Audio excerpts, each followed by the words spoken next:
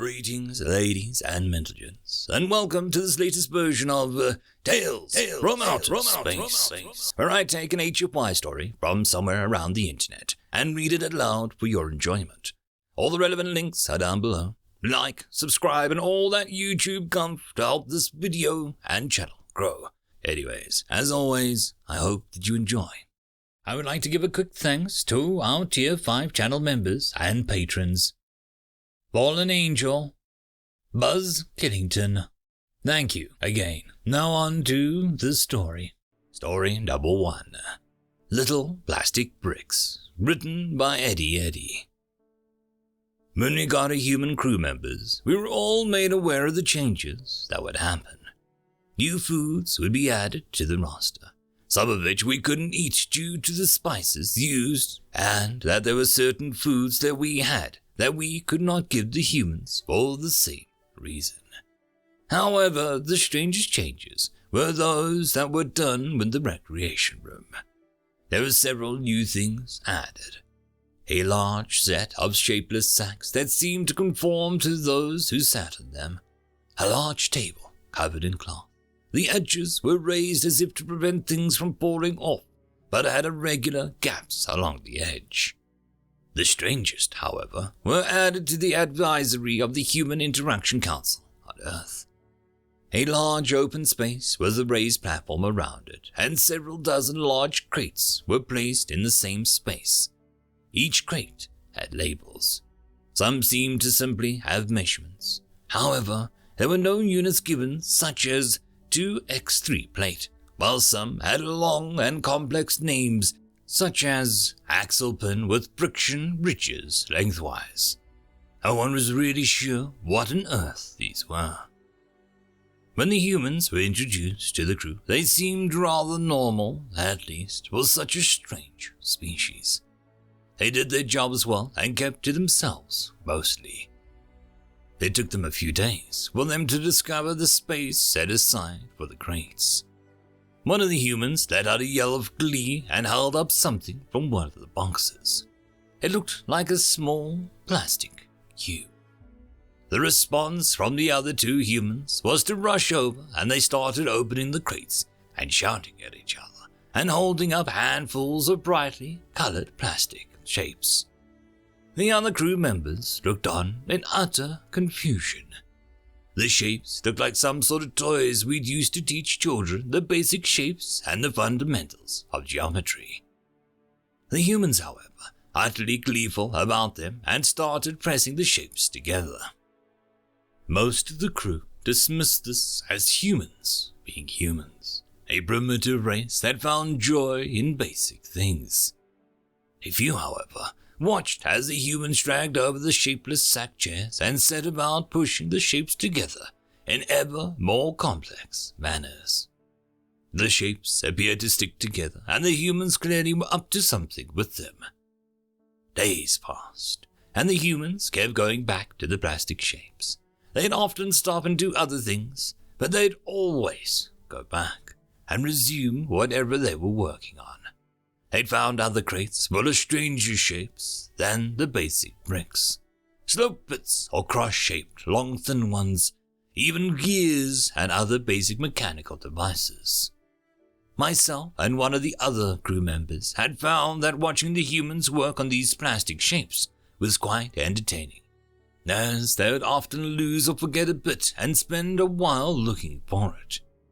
We also learned a plethora of human swear words when one of the humans stepped on a brick without his shoes on. One day, we walked into the recreation area and saw up on the raised wall a structure. It was a copy of the ship, made out of tiny plastic shapes. Myself and the other crew who had watched the humans rushed over and started to examine this tiny copy of the ship. It was amazing. The detail was so intricate and accurate. There was even a main command deck visible through clear plastic of the command deck's windows.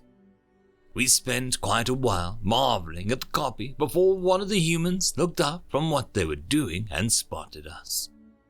The human took the time to show us all the extra details of the model, including the functioning cargo bay doors. I was so confused. How could such a simple thing as plastic shapes do all of this? The human offered to show us what they were doing and teach us. My companion agreed and was invited to join the human inside the raised wall to get their first lesson. I simply sat down and started to watch. It didn't take long for my crewmate to be entranced by whatever these cubes were. It was a little longer before they came over to me, carrying a crude structure. It was identifiable as a copy of a house on our home world, but it was made of dozens of different colors and had no windows or doors. It was the most basic representation, but my crewmate seemed very pleased with himself. I didn't realize it at the time, but after a few days I noticed that my crewmate had become like the humans, constantly investing time into these strange plastic shapes. He couldn't convey why it was so engrossing, but he insisted that it was worth his time. As days passed, his constructs became more and more recognizable and advanced, matching colors and shapes. Slowly, the humans and my crew member filled up the raised area with small copies of other things. Animals, birds, vehicles. There was even a copy of a data pad that caused confusion for at least 2 crew members when they attempted to use it. The real shock, however, came when I came to the recreation area, only to hear a racket of clacking and clicking and the sounds of small motors whirring. It didn't take long to locate the source. Set about the human's little area of plastic shapes was well over 40 small mechanical devices that were moving little plastic balls from one to another using each different method. Some were throwing the balls, others were picking them up and carrying them. Some had rotating lifting devices. Others were using mechanical stepping systems. There were more than I could track, and once I started looking, it was very hard to stop following the balls along their endless journey around the chain of machines. It took a long time to realize that I had looped the entire structure at least twice. I finally tore myself away to ask the humans about what was going on, and they explained to me that they decided to make what they called a ball contraption, and it had gotten out of hand. I noticed my crewmate busy fiddling with another one of these constructions. When it looked crude next to the humans, it was undeniable that it was far superior to the ones he'd started out with. It was only when the humans offered to teach anyone who wanted to know what they were doing and how to do it that we discovered just how much fun these little plastic shapes could be, and why the humans loved them so much. Supposedly they were a children's toy, but with the limitations on complexity being only limited by how ingenious you could be with the little blocks, there was no reason not to build grand constructs or tiny intricate machines. It didn't help that it was far more difficult than it looked to get all of it working. Eventually, the entire crew petitioned the captain for even more of these, Legos to be provided to the ship. We're planning on going to the next Lego convention, as the humans call it, as the first interspecies ball contraption. End of story. Story number 2. Word prompt: aliens invade Earth. They lose, but it appears humanity accidentally committed some intergalactic war crimes. Written by Cal Bynes. What did you expect? When you don't tell someone the rules, they can't be expected to follow them, the representative responded to the senators. Well, we didn't even need to. Usually, most civilizations didn't have the capabilities to do the sort of things you did, much less disregard of any reasonable standards to use it. The tall, four-legged alien countered. The Heritzian had all the time in the galaxy to research us. If they would have done any looking, they'd have seen we not only acted with restraint, but have already used it on ourselves before. The only reason we used it again was the fact that our very existence was threatened. She yelled at them, holding up the images of the swaths of the planet taken over by the insectoids that had taken over in the months before they began using the full extent of their arms. You could have surrendered at any time.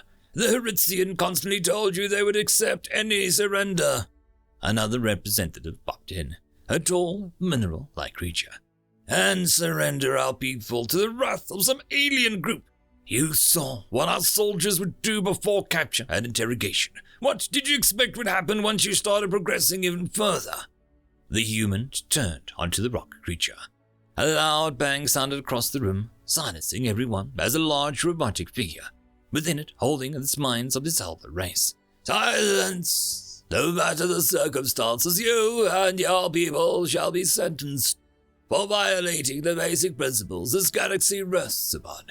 Your people shall be forced to labor for the species for which the rights of your kind has violated.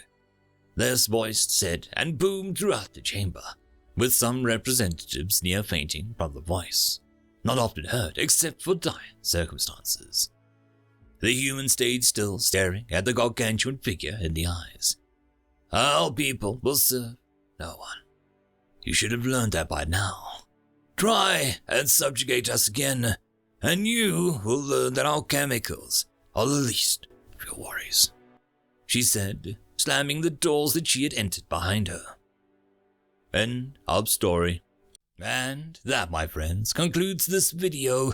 I hope that you enjoyed, and if you do, please consider supporting the author, even by popping over and leaving a thumbs up or a nice comment, just to show your appreciation for the story. However, if you wish to support this channel, there are links down below which will help immensely. I will see you all in the next one, and until then, I hope that you have a fantastic day. Cheers.